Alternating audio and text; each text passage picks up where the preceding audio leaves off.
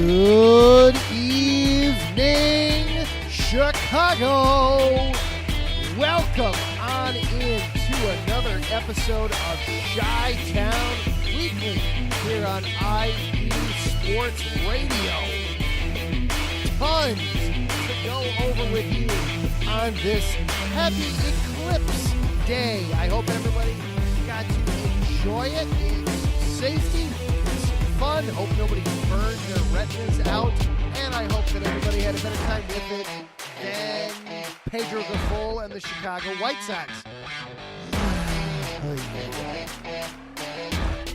We're not going to be spending a lot of time on that, though.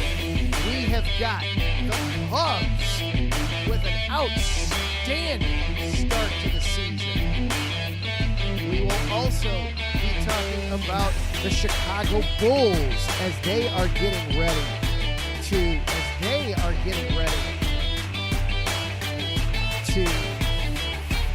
make the play-in tournament, but might be getting ready for a new coach as well. And then we've got another round of make your case for the Chicago Bears as they get ready for the draft in a little over 3 weeks from now.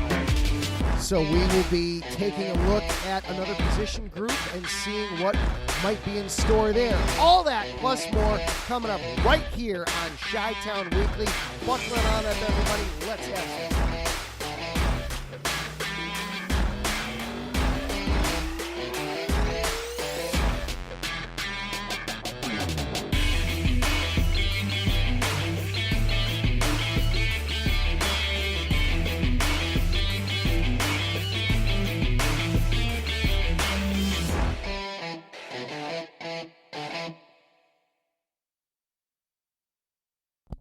And hello and good evening, everyone. Welcome on into another episode of Chi-Town Weekly here on IE Sports Radio.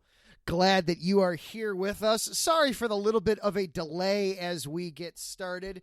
I was just having a little bit of trouble getting everything up and running on my computer, so sorry for the little bit of a delay, but I promise we will have some fun here tonight. We are going to, and by fun, that means that really we're going to be avoiding talking about the Chicago White Sox at basically all costs here. We can't avoid the Reinsdorfs in their entirety, unfortunately, but we can certainly avoid the dumpster fire that is the Chicago White Sox organization for an episode as they got shut out yet again, this time out in Cleveland 4-0 as the Guardians celebrated their opening day at today on Eclipse Day, and they even pushed the game back an hour to make sure that they were completely out of the window of the eclipse, and the White Sox apparently just didn't bother to show up, so fun things there. But that's all the more time we're going to be spending on the White Sox this week, I promise, because that's just depressing. And today was not a depressing day. I hope if you were in an area of the country where you got to see the eclipse, I hope you enjoyed it. I had some fun with it at work, getting to take a peek at it through safety glasses, all those kind of good things. It was very neat. My sister was down in Texas specifically so that she could be in complete totality of it and sent some amazing pictures. So if you were in an area that got to enjoy it, I hope you got to take advantage of it. It was very cool today. Lots to get through on the show today, so we'll jump right into everything. I'm going to start things off with the Cubs. What a weekend the Cubs had. Just wow. Wow, wow, wow. You know, you weren't sure. With the schedule makers did the Cubs no favors at all as they started off, of course, with the defending champion Rangers down in Arlington, and then came home for 3 against the Rockies, swept them. All right, the Rockies are a terrible opponent. But then you've got 3 against the Dodgers. Now tonight they start a 3-game set with the Padres. Not an easy opponent by any stretch there. They'll get to be out facing the Mariners this weekend. Then they've got the Diamondbacks. There's some tough opponents coming up. Now, though, after this weekend, a 6-game homestand where they went 5-1. What a way to kick off the home portion of the schedule. We talked last week about the home opener because that was done by the time we were on the air last week. So we got to enjoy that one fresh. But then absolutely thumping the Rockies in the second game, 12-2, winning a little bit of a nail biter where they had to hold off the Rockies in the finale, 9-8. Then the big one with the Dodgers. The way they won 2 out of 3 in this series, you had the bats came to life Friday afternoon, winning 9-7, so they could ride with the big guns there, where the Dodgers are just absolutely never out of it at any point. They scored enough runs in that one, 9-7. All right, then they dropped the second one 4-1. Okay, hey, you're not going to sweep the Dodgers. But then through a 3-hour rain delay yesterday, Shota Imanaga started for the second time at Wrigley and just was excellent again. The only thing preventing him from getting the win was that 3-hour rain delay. Went 4 innings, no runs on just 2 hits, didn't walk anybody, to maintain a perfect ERA of 0 to this point, as the Cubs took the finale of the series 8-1. Michael Busch had himself a series against his former team. Crushed his first Cubs home run on the game Friday. Made the game-sealing final out Friday afternoon, and then got the scoring started yesterday with a bases-loaded double to get 3 runs on the board. Outstanding job by the young rookie, who seems to be settling in very nicely at first base. And the Cubs pitching is doing really well. Taryn Rodriguez having a little bit of fun in the chat room. Hope the Cubs enjoyed their World Series yesterday, reminding us it is a marathon. You are absolutely right, Taryn. It is a marathon, not a sprint. It is far too early to make any kind of grand proclamations about the Cubs. But it's still, anytime that you take 2 out of 3 from the Dodgers, you come out of it feeling really good. The Cubs still have, it's still a gauntlet that they're going to be on here now. This 3-city road trip for the next week and a half, in San Diego tonight, then up in Seattle to take on the Mariners, and then in Arizona next Monday, starting a 3-game set with the Diamondbacks, who had their number there at the end of last season.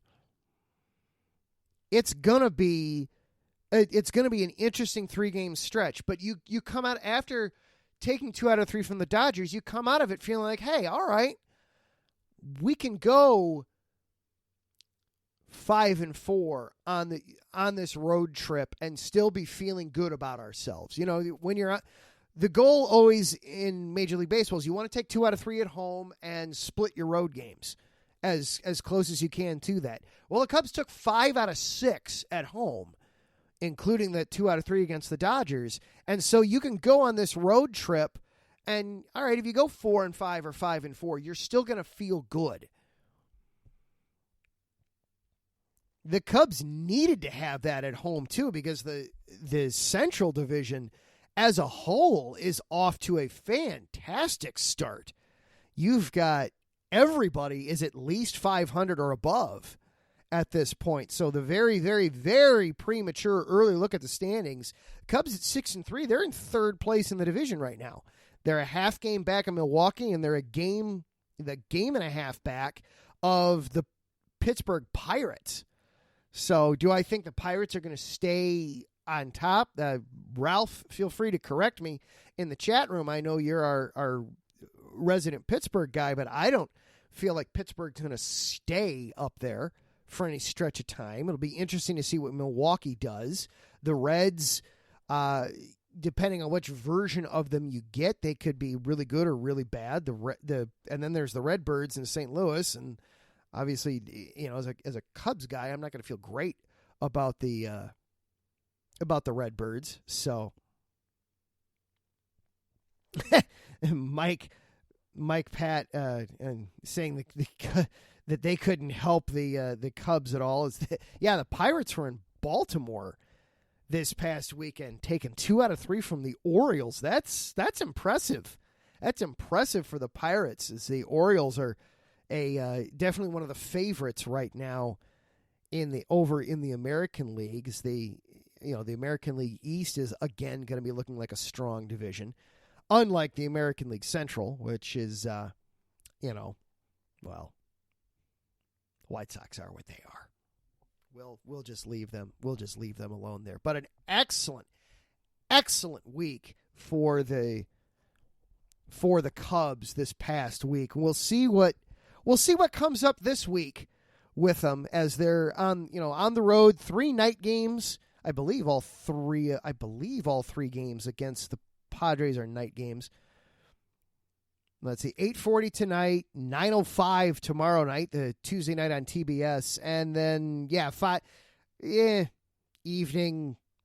Yeah, it's I guess out in the West Coast that's a day game on Wednesday, a 5:40 first pitch, 3:40 local time, but effectively later starts. We'll see how they do there, and then this weekend against the Mariners, those will be some later starts primarily as well, but still good stuff going on there for the Cubs overall.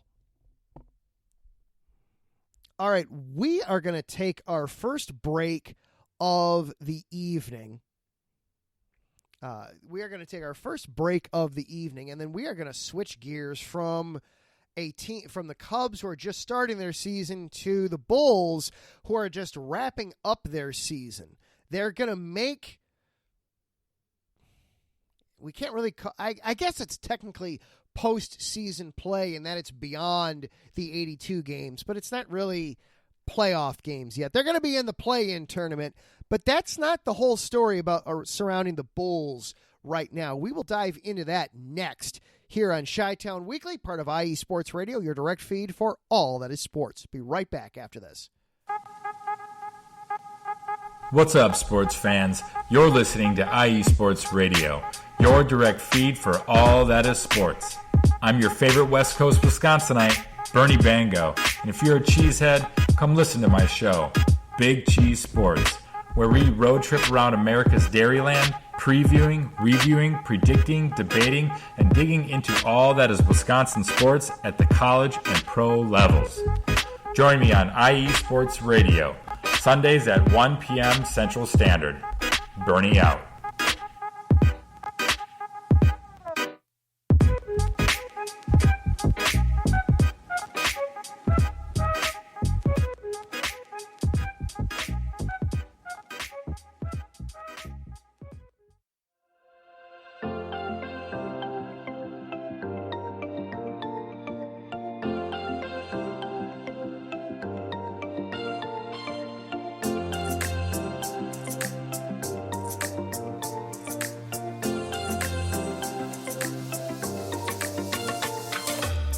Are you a fan of Buffalo sports? Are you thinking of changing loyalties and becoming a Buffalo sports fan? Do you even know where Buffalo is on the map?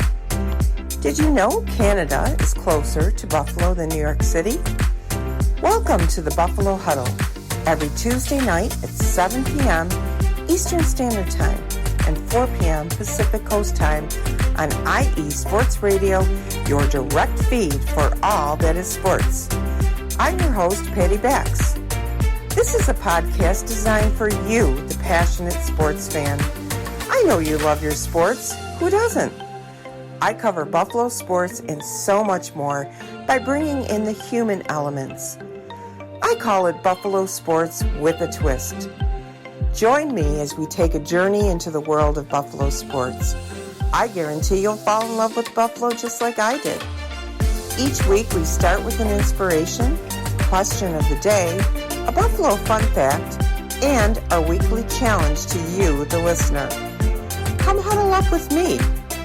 Every Tuesday at 7 p.m. Eastern Standard Time and 4 p.m. Pacific Coast Time for the Buffalo Huddle with Patty Bax on IE Sports Radio, your direct feed for all that is sports. As we say in Buffalo, go Bills!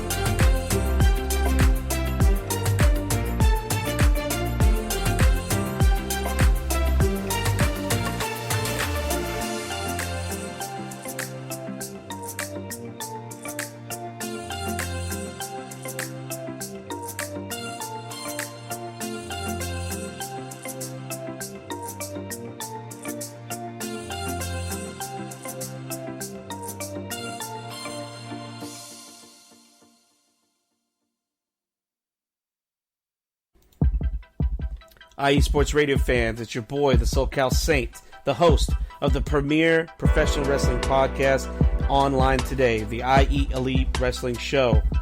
If you're a fan and have a passion for the world of professional wrestling, this is the show for you. I take you inside the ropes with all the athleticism, high-flying, and hard-hitting action, and then we take it backstage with all the backstage drama and backstabbing that goes on in the world of professional wrestling today. If something's going on in the world of professional wrestling, rest assured, the SoCal Saint knows what's going on, and he's going to let you know too. If you're a fan, check us out every Tuesday, 12 p.m. Central Standard Time, 10 a.m. Pacific Standard Time, only on IE Sports Radio. The IE Elite Wrestling Show, your direct feed for all that is professional wrestling, on the only network that is your direct feed for all that is sports. Check us out.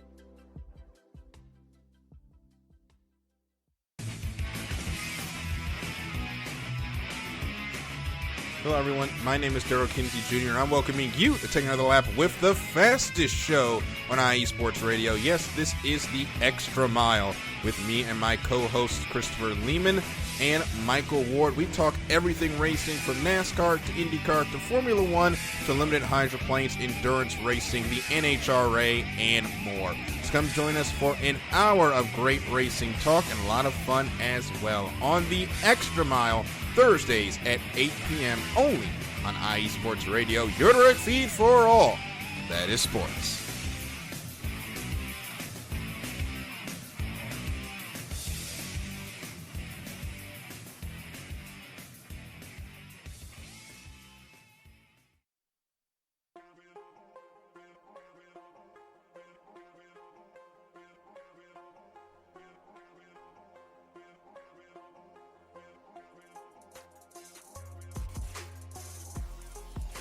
Hello, ladies and sinners. Hello, sports fans around the world.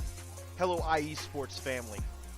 This is Cale Henderson, the host of IE Vegas, the Sin City Sports Show, presented by IE Sports Radio.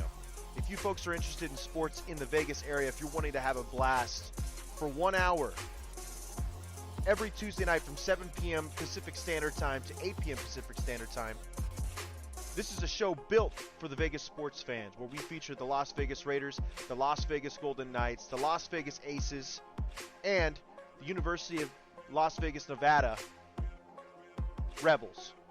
Hopefully, fingers crossed, MLB team coming soon. Either way, if you folks are looking to have a blast for 1 hour each and every week, tune in Tuesday, 7 p.m. Pacific Standard Time to 8 p.m. Pacific Standard Time.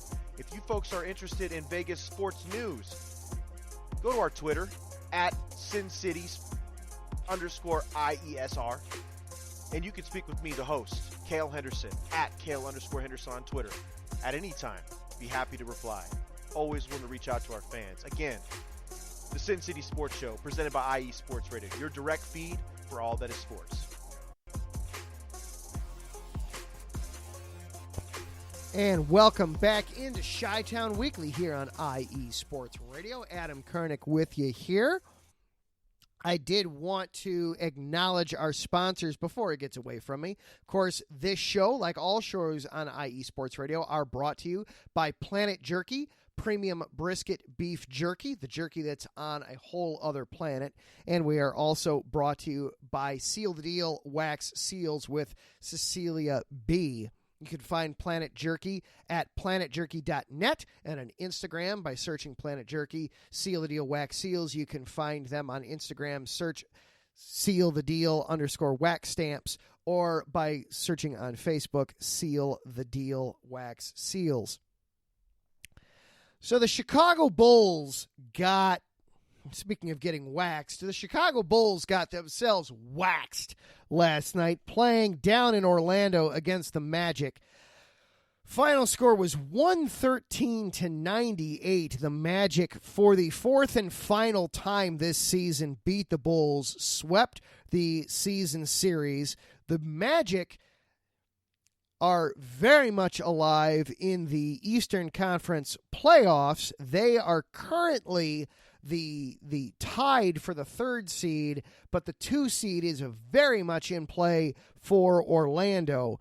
The Bulls, meanwhile, are on the complete polar opposite end of the spectrum. With the loss, they are guaranteed that they will make the play-in tournament, but they will be no better than the 9th seed in the East. It's a question of, will they be hosting Atlanta for the 9 versus 10 game, or will they be in Atlanta for the 9 versus 10 game? The Bulls have 4 games left on their schedule, 2 of them, ironically enough, against the Knicks. They host the Knicks tomorrow night, and then they close out the season on Sunday afternoon in New York against the Knicks. In between there, they also make one last trip to Detroit on Thursday night to take on the Pistons, and then they will be in Washington taking on the Wizards, or as Mike Pat loves to refer to them as, the Lizards. We will see how that one goes down on Friday night. So the regular season home finale is tomorrow night against Tom Thibodeau and the Knicks, and potentially the last game at United Center this season is tomorrow, depending on how things go for that play-in game. If the Bulls, if they win 3 out of their last 4, they will assure themselves of that home game, I guess. But does any of this really matter? I mean, they're going to have to win 2 games just to get through the play-in to get into the playoffs. And then even if they do that, congratulations, your reward is you wind up with the Boston Celtics, who will absolutely trounce the floor with them. So there's not a whole lot of hope or excitement around the Bulls. But there is some intrigue. If you hadn't heard last night, John Calipari, down in the collegiate ranks, John Calipari left Kentucky to go take the Arkansas job. The Arkansas head coach left to go to USC. Hence, the coaching carousel continues to spin its wheels and all those wonderful things in the collegiate ranks, which that now presents an opening in Kentucky where, I mean, despite John Calipari's failures in tournament settings. I mean, we know he recruits a lot of one-and-done players, but that also apparently became their default tournament setting, too, these last couple of years, one-and-done, as they were first-round routes the last couple of years. But now there's an opening in what is considered to be one of the blue blood, stalwart, historically great men's college basketball programs. And Bulls coach Billy Donovan's name has come up, and it has come up a lot in relation to this opening. In fact, Pete Thamel of ESPN even reported that he feels that Donovan is the front runner, that Donovan is who Kentucky wants, and that it's Donovan's job to have. The quote from Thamel this afternoon was that Kentucky is going to make Billy Donovan say no. As Mike Pat is offering up a trade in the chat here, Landry Shamet, Rashawn Holmes, and Johnny Davis in exchange for Zach LaVine. Sure. At this point, sure. Why not? Whatever you want. The Bulls are stuck. And that's leading me here to this decision with, and all the second-round picks. And that's ultimately what's making this interesting for Billy Donovan. Billy Donovan, he's got ties to Kentucky. That's where he broke into major coaching, was as an assistant at Kentucky back in the late 80s, early 90s under Rick Pitino. Donovan, of course, had tremendous success at the college ranks, taking the University of Florida to back-to-back national championships. That's the last school to win back-to-back men's national titles, was actually Donovan's Florida teams back in 2006 and 2007. That could change tonight. We'll see how all that goes down between UConn and Purdue. We'll see how all that goes down, but as of right now, that's still the most recent back-to-back championship. So Donovan, of course, has pedigree in the collegiate game, but he's also been out of the collegiate game for basically a decade. He took over the OKC job back in 2015, and he's been in the NBA ever since. And in case you haven't been paying attention, the college game is a lot different now in 2024 than it was in 2015 when Donovan last was in college basketball. The transfer portal is a massive thing. Name, image, and likeness money is dominating the sport, to where it's not just coaches who are leaving at the drop of a hat for buckets of money. Players are doing it now, too, much to the chagrin of guys like John Calipari and Jay Wright and Mike Krzyzewski and Tom Izzo. You know, guys that have been at the top of the sport for many, many years are now having to adjust. I think Donovan coming from the NBA, that could be an advantage to this new, the way things are done in the NCAA now.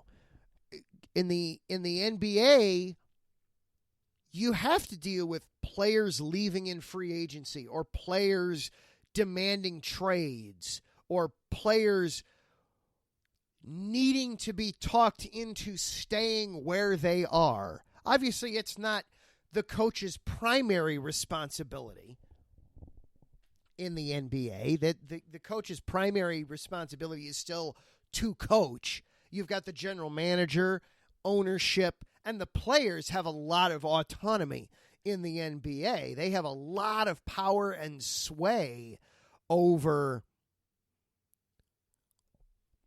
over where they go and how much they make and things like that. But coaches are involved. It's not that coaches are completely out of the loop and simply show up and, oh, here's the team that I have. Great. Okay, I'll see what I can make out of this. So I think being in the NBA could having this decade of NBA experience could potentially be an asset to Billy Donovan as you now have to recruit not only incoming high school sophomores, juniors, and seniors, but you also have to recruit the guys currently in your program and convince them to stay. Ricky brings up a good point here in the chat. How many recruits would know of Billy Donovan's success at Florida? That's absolutely a valid point. That could be a potential hardship that he's got to overcome and something that he's got to work past. Ultimately, I think this is going to come down to what Donovan wants. According to Casey Johnson, NBC Sports Chicago, Donovan still has 2 years left on his deal with the Bulls. He is signed through the end of the 2025-2026 season. So he obviously would be leaving, or he's under contract for a little while. Ultimately, though, I think this is going to come down to what does Donovan want? If Donovan, because there are advantages to staying in Chicago. If you want to simply, all you have to do is focus on coaching. Yeah, you got to deal a little bit with free agency, a little bit with trades, and having that partnership, though, with ownership and general managers. And he is safe. Regardless of what you think of Donovan or the Bulls as a whole, and personally, I think that they are just absolutely mired, not just in NBA purgatory, but in NBA hell. He is safe. And there is absolutely freedom in that, knowing that you're okay where you are. There is a certain freedom in that. And if that's what he wants, that stability of knowing, hey, I'm in a good place. I have a good relationship with ownership. I have a great relationship with Arturas Karnisovas and Mark Eversley. Yeah, I'd love it if we had more talent and we were more competitive, but we'll get there. We'll get there. In the meantime, I'm happy being in the league and not being in the collegiate ranks. Then I don't think there's enough dollar signs that Kentucky can put in front of Donovan. He's done enough in his career and he's made enough in his career that he can look at Kentucky and say, yeah, no, I don't need that. But if Billy Donovan is sick and tired of players that don't really fit the NBA mold the way the NBA is played anymore, if he's tired of being outdated, if he's tired of the losing, if he's tired of the not just being in NBA mediocrity, but being in NBA hell where you have no draft picks, your team is, by NBA terms, ancient. You're not good enough to accomplish anything, but you're not bad enough that you stand any chance of realistically winding up in the lottery and getting one of the few high-end players that comes out in the draft every year. And so instead you're just stuck in this 7 through 10 seed bleh, year in and year out. Then I could see Billy Donovan saying, it was a while ago, but I had a lot of success in college. Let's see if I can duplicate that. And if you can do it in Kentucky, man, you've basically got it made. So it's going to be very interesting to see what Donovan decides to do here. I would not expect him to decide anything until after the Bulls are officially eliminated. So whether that happens in the 9-10 game, whether that happens in the second play-in game, or whether that happens after Boston mercifully takes them out back of the woodshed and just finishes them. whenever it happens, if Donovan truly is who Kentucky wants, Kentucky will wait. Kentucky can afford to wait if that's who they want. So it's going to be very interesting to see what happens there over the next couple weeks. All right, we're going to take one more quick break, and then on the flip side, we are going to do our next installment of Make Your Case, and things got very interesting with the Bears over the weekend in regards to this. So if you're a mock draft person, you definitely are going to want to stick around. I will explain that next. You are listening to Chi-Town Weekly here on IE Sports Radio, your direct feed for all that is sports. Be right back after this.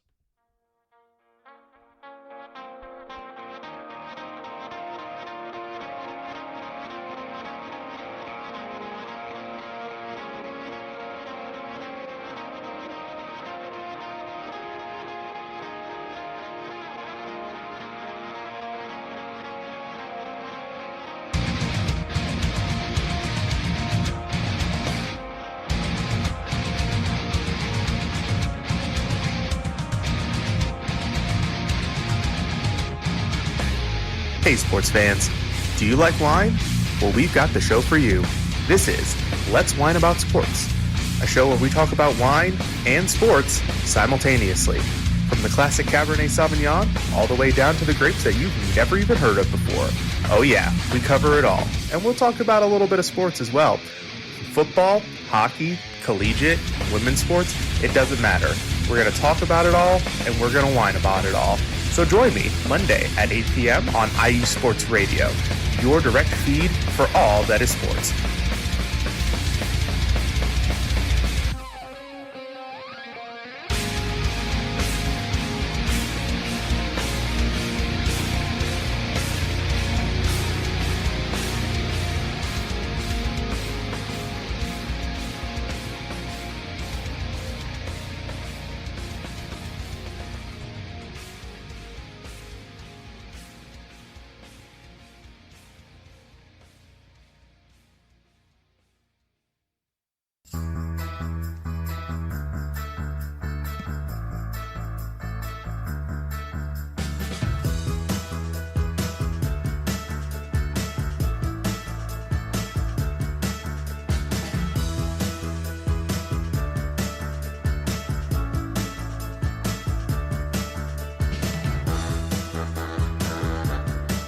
What's up, New York? This is Ricky K coming at you at the NY State of Sports, a new show here on IE Sports Radio, your direct feed for all that is sports. Listen to me every Thursday afternoon as we bring you the latest takes on the Yankees, Mets, Jets, Giants, Knicks, Nets, Rangers, Devils, and Islanders. Plus, you get some college hoops and what's the local sports events going on in the area. It's a state that never sleeps, so why not get the opinions and sports takes that never sleep? Again, every Thursday, 2 p.m. to the NY State of Sports. We'll see you then.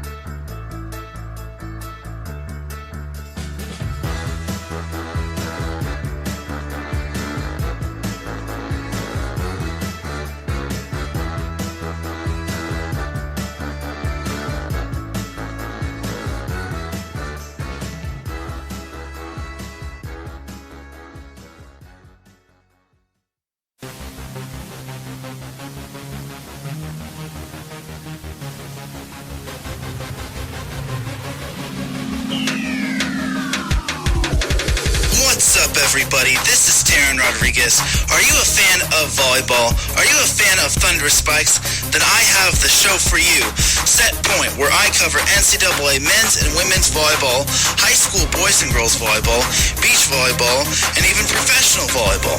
Catch the action every week here on IE Sports Radio, your direct feed for all that is sports. Welcome back into Chi-Town Weekly here on IE Sports Radio, your direct feed for all that is sports. Yes, mock draft enthusiasm, you say? Indeed. It is time. It is April. It is NFL draft season. You know what that means on this show. It is time to make your case for the Chicago Bears. Now, last week, I talked exclusively about quarterbacks because we have to. The Bears have the number 1 overall pick. They're going to take Caleb Williams, mark it at ink, move on. Done with that. But the Bears have 2 choices in the top 10. The number 9 pick is a lot more interesting. Now, when I introduced this segment last year, I kind of bounced all around different positions because there were so many ways that the Bears could go. I decided this year, though, I want to be a little bit more regimented in how I do it, and here's part of why. There was a nugget that dropped over the weekend. Courtney Cronin, the Bears beat reporter for ESPN, did a great write-up about the Bears and their draft process, but in there, she brought up an interesting little tidbit and the Bears may have tipped their hand a little bit here at what they're thinking about doing at 9. Now, as always, I'm going to preface this by saying that, of course, we are in the heart of lying season. So, of course, there's always the possibility that Poles is playing everybody. But here's a quote from Courtney Cronin regarding the Bears as they get ready to figure out what they're going to be doing with the number 9 pick. Quote, "The directive from Poles was simple. As he split his scouts essentially into 3 teams. Quote, "The directive from Poles was simple. One team would sort through offensive tackles, another would evaluate wide receivers, while the third group looked at defensive ends." Taking this at face value, provided that the Bears make a pick at number 9, and Poles also laid the groundwork that while it might be a little bit more boring to do so, he may not make any trade backs this year. I would say that the Bears are looking at one of those 3 spots: offensive tackle, wide receiver, or defensive end. So in other words, if you're a mock draft guy, I would think twice before mocking Brock Bowers to the Bears. I would think twice before mocking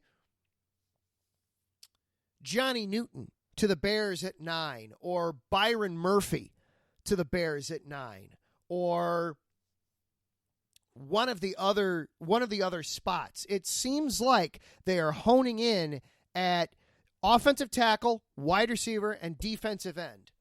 So with that in mind, I thought that over this show and the next 2 shows, because they'll still be before the draft, I would tackle each of those positions specifically. And I wanted to start tonight with defensive end specifically. This might be the most underwhelming group to go at 9. Any one of these guys, you could certainly make an argument that any one of these guys would be a bit of a stretch at 9. But the position, you can't argue that edge rusher is a huge need for the Bears. Even after the Montez Sweat acquisition last year, the Bears still finished 31st out of 32 teams in sacks. They were second from the bottom in the entire league in sacks. And edge rush is still the sexy way to do that in the NFL. I would argue for the Bears defense, 3 technique is the more vital way to do it, but they're not focusing on that here at number 9, so we're not going to focus on it at number 9. The other reason that I think edge could be an interesting choice here, it's entirely possible that each of the first 8 picks in this draft will be an offensive player. I think the first 3 guys are quarterbacks. Then you're going to see, I believe, Marvin Harrison Jr. going at 4. Then really the draft starts at 5. It's entirely possible that you could see the first 8 picks all be offense. which means the Bears at 9 could have the pick of the litter from the defensive side of the ball. That they could have not only the best quarterback in the draft, but then they could also get the best defensive player. And when it's an edge rushing pass rusher, that's important. So this position group is still incredibly important for the organization overall. So now that I have set this up as much as I possibly can, let's dive into this, shall we? And we are going to start. And again, these write-ups all come from Athlon Sports, their annual draft write-up. I've been using them for a couple years now. I really like them overall. They do a great job. I would highly recommend going to your newspaper stand and picking it up. They do a terrific job every year with it. So let's start then with the edge rushers. With the edge rushers overall, per Athlon, coming in as their top edge rusher this season, and I'm also trying to get where he ranks overall up here on my board as well. So sorry for the slight delay. There we go. Sorry about that. Coming in as the top edge rusher per Athlon Sports from the University of Alabama, this would be junior Dallas Turner, 6'4", 254 pounds, 21 years of age. Strengths: athleticism, explosiveness, and versatility are the name of the game when it comes to modern edge defenders, and Turner passes all 3 tests with flying colors. Turner has the prototypical frame and skill set for the modern NFL and all the traits to be a 3-down playmaker versus both the run and pass. He's explosive off the edge when getting after the quarterback, and his athletic ability allows him to make plays in space, whether against the run or when dropping back into coverage. Weaknesses: while his length can help him while setting the edge and shedding blocks and run defense, his leaner frame makes it challenging for him to anchor against offensive tackles and win the physicality battle. More consistent pad level when engaging run blockers would also help in this area. Turner has elite speed off the ball, but needs to be more consistent with not overrunning the quarterback in the pocket and running himself out of plays because he's too eager to fly by his blocker. Final analysis: after waiting for his chance to shine following the departure of Will Anderson in last year's draft, Turner made the most of it as a full-time starter this year, putting up huge numbers and developing into a more well-rounded player. There's more growth to be had here, but his physical tools are exactly what NFL teams want from the position, and the sky's the limit when it comes to his potential. He has a first-round grade and is overall the number 10 prospect, according to Athlon Sports. He played 3 years at Alabama, 42 games in those 3 years, though, no fewer than 13 in any of the seasons. And he had 14 and a half sacks in 14 games last year. As Mike Pat puts out in the chat room, he seems more like a 3-4 outside linebacker, and I don't disagree. But it's hard to look past that pedigree. If you're just looking at defenders and, oh, he comes from Alabama, that gives me an extra boost, in my opinion, that I know that you are going to know how to play defense. Nick Saban, for years, always had terrific defenses there with the Crimson Tide. I'm willing to say that Dallas Turner, you could put him in a 4-3 and he could adapt to the spot. He could adapt to putting his hand in the ground. That's the case I would make for Dallas Turner going as the top edge rusher there. Moving on to the second one. Out of Florida State University, Jared Verse, senior, 6'4", 260 pounds, 23 years old. Strengths: a well-rounded defender who can win with both speed and power. Verse has enough explosiveness off the ball to beat offensive tackles around the arc, as well as the strength to win bull rushes and collapse the pocket against interior blockers on stunts and twists. He plays with a game-wrecker mentality, with a penchant for making his best plays in clutch moments. An experienced, technically sound defender, Verse is an every-down force who can single-handedly take over a game. Weaknesses. He's got a quick first step off the ball, but don't confuse that with the overall athleticism to survive in space. Combine that with tackling technique that could use some cleaning up, and you've got a player who likely won't be an ideal fit as a 3-4 outside linebacker who needs to drop into coverage often. His first pass rush move wins most of the time, but when it doesn't, he could use a deeper bag of counters to still win the rep. Final analysis. He may not be a perfect fit for any scheme, but for teams that need a traditional 4-3 end who can get after the passer consistently, Verse is their guy. Further development of his pass rushing plan will help expand his ceiling, but he'll be able to make a big impact right out of the gate, especially on passing downs with the game on the line. When the lights are brightest, Verse plays his best football. He has a first-round grade, and he comes in as the 12th overall prospect per Athlon Sports. That's Florida State University senior Jared Verse. 4 years at Florida State, 40 games. I love seeing that. And he had 50 career sacks, including 29 and a half the last 2 seasons. He had double-digit sacks 3 of his 4 years at Florida State, and the 4th year, his freshman year, he had 9. Also, 29 quarterback hits, including 11 last season, 3 forced fumbles, 2 of which he recovered. He also had 4 pass breakups a year ago. Verse is a guy that very much intrigues me out of this bunch for the pass rushing group. You heard in there that teams needing a traditional 4-3 end. That's what the Bears need, a 4-3 pass rushing end. And at 6'4", 260, he's got the size and the build for it. Oh, and Mike Pat reminding me that freshman year was at Albany.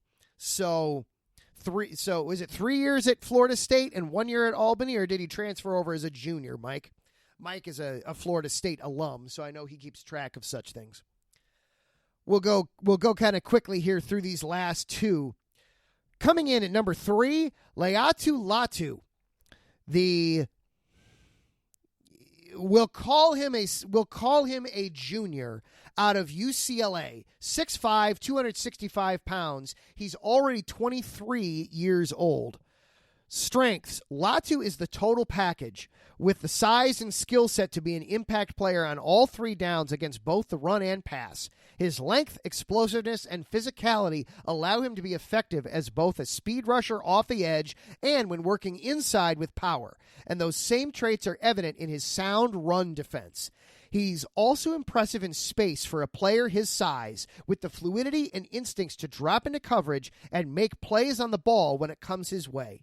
He was a big play machine for the Bruins all year long in 2023. Weaknesses. The biggest question mark with Latu will be his medical history after a neck injury early in his career at Washington forced him to miss 2 years and led initially to a retirement from the sport. He's been a special player when healthy since transferring to UCLA, but pre-draft medical evaluations for each NFL team will be the biggest factor in determining where he lands on their board or whether he's off of it completely. Finally, at full strength, Latu has proven he can be a complete and dominant player at a premium position, and he's got the skill set to be a scheme versatile at the next level. The injury questions will loom large and could contribute to him coming off the board later than he would based on pure ability. If he's able to stay healthy, Latu could prove to be a massive steal if he's taken anywhere outside of the top 15 picks. Overall, a first-round grade on Laiatu Latu, and he comes in as the 15th overall prospect for Athlon Sports. And the interesting thing there is he has 3 seasons of college ball, but his freshman year was all the way back in 2019. So easily one of the oldest guys in this class. Then played again in 2022 and 2023. But 21 and a half sacks. 13 sacks, 21 and a half tackles for loss this past season for the Bruins. Also 10 QB hits this past season.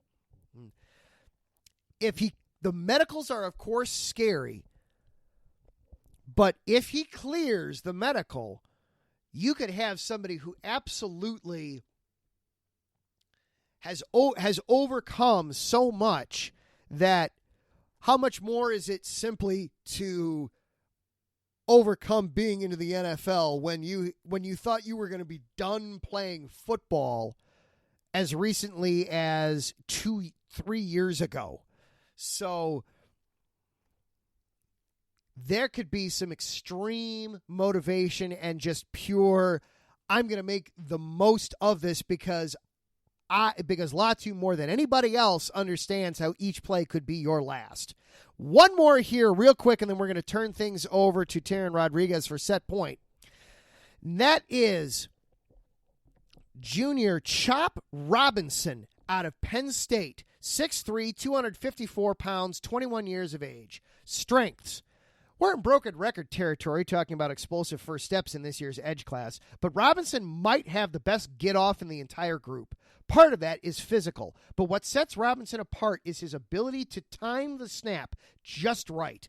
That combination of elite explosiveness and intelligence/instinct/preparation makes him a nightmare for opposing quarterbacks and blockers alike.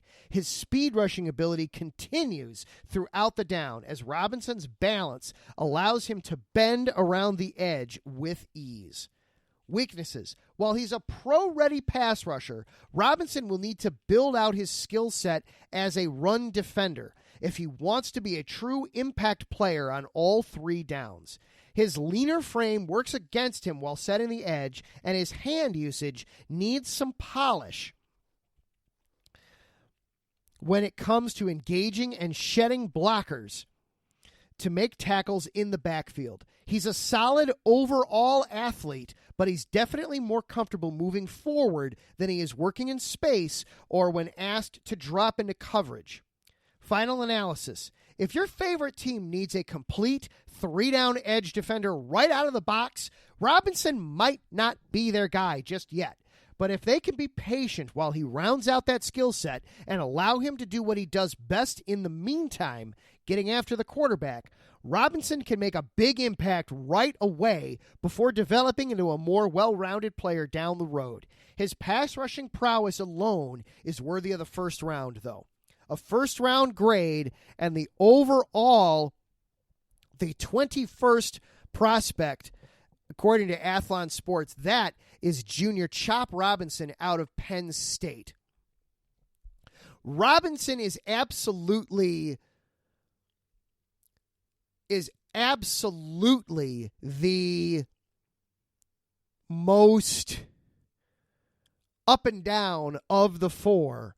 But the Bears' run defense was stout last season. So you could make a case, and I will make the case, that just getting a pure pass rusher and having him learn on the job to defend the run, the Bears can afford that here in this case. They have such a strong linebacking core behind him there with Edwards and Edmonds to help clean up the early mistakes in the running game, that getting the added benefit of just a pure speed, explosive pass rusher will be a net benefit for the Bears if they choose to go that route. I'm going to give a little bit of my final take on these 4 guys here real quick. First of all, again, with all 4 of these, you could make the argument that 9 is a reach for all 4 of them, especially Robinson. So maybe a small trade down before picking any one of these guys. I personally would go for the Bears. I personally would go this way with the 4. Number 4, I would have be Leatu Latu as my number 4. The age and the medical there scares me. Number 3, I would say Dallas Turner because the scheme fit I feel is just off for the Bears. That I really do feel that Turner would be much better off in a 3-4 than a 4-3. Number 2, I would then have Chop Robinson because playing in the 4-3 already, he's comfortable playing with a hand in the dirt, and that explosion that you see on tape in the pass rush. Yes, he's got to learn how to defend the run, but again, I think the Bears can help him with that. The linebacking core, especially behind him, can help clean up some of those early mistakes. That having that pure visceral pass rush would be a huge help to the Bears. And then my number 1 out of this group would be Jared Verse. Watching the tape on him last night, especially in the ACC title game, he destroyed some people for Louisville. That poor left tackle for Louisville. Man, I hope Jared Verse took him out to dinner or something after that to try to make up for the way he just threw that man around. That was a 300-plus pound left tackle that he made look like a rag doll. And that wasn't isolated going through there. He's got a bevy of pass rushing moves. Yes, his speed rush is his best one, but he can pull some stunts. He can use his hands. He can start outside and then dart back inside. He's got some moves to work with there, and he is a willing and able defender of the run. He is more than willing to pursue the running game and views that just as tenaciously as he does getting after the passer as well. So of these 4, Jared Verse is the guy that interests me the most. And if I'm taking one of those 4 guys at 9, I think that's the guy that ultimately I go with. Whew! All right. That was a lot. That was a ton to get through. Taryn, thank you very much for letting me go over a little bit. I appreciate that very much, sir. You're an excellent teammate. With that being said, I am then going to plug that Set Point is coming up right after us, breaking down everything happening in the world of volleyball. Taryn also puts a note in here. Loyola Chicago men's volleyball is the number 2 seed of the MIVA tournament. They're getting ready to host McKendree in the first round. McKendree, for the record, was the team that beat Loyola in the first round of the MIVA conference tournament this past season. Go Ramblers! Take out McKendree. Some thank yous. Of course, our sponsors. We want to thank Planet Jerky Premium Brisket Beef Jerky, the jerky that's on a whole other planet. Check them out at planetjerky.net. And, of course, on Instagram at Planet Jerky. And thank you to Seal the Deal Wax Seals with Cecilia B. Find them on Instagram at SealTheDeal_wax stamps or search on Facebook Seal the Deal Wax Seals. Thank you to Larry B for everything you do behind the scenes at the station, sir. Hank for making sure everything is running as smoothly as possible, and for just checking in on us when we need it too, giving us that little reassuring pat on the back or kick in the butt. At times I do both simultaneously. So thank you for that, sir. Thank you to everybody hanging out in the chat room tonight. Patty Bags, Mike Pack, Taryn Rodriguez, Marcus Los Great, salute to you, sir. Ricky Keeler hanging out in the chat room. That's the first time I've seen you in here. Thank you and welcome in, sir. Jen B. And yes, your Guardians, yeah. I'm welcome to throw the White Sox pinata at you for this week. It'll make it enjoyable for you. Have some fun with that. Ralph Calise. Thank you, everybody, for hanging out in the chat room with me tonight. Finally, thank you for being here. Whether this was your first show or your 177th, thank you for being here. Next week, same time, same place. We'll see you next time.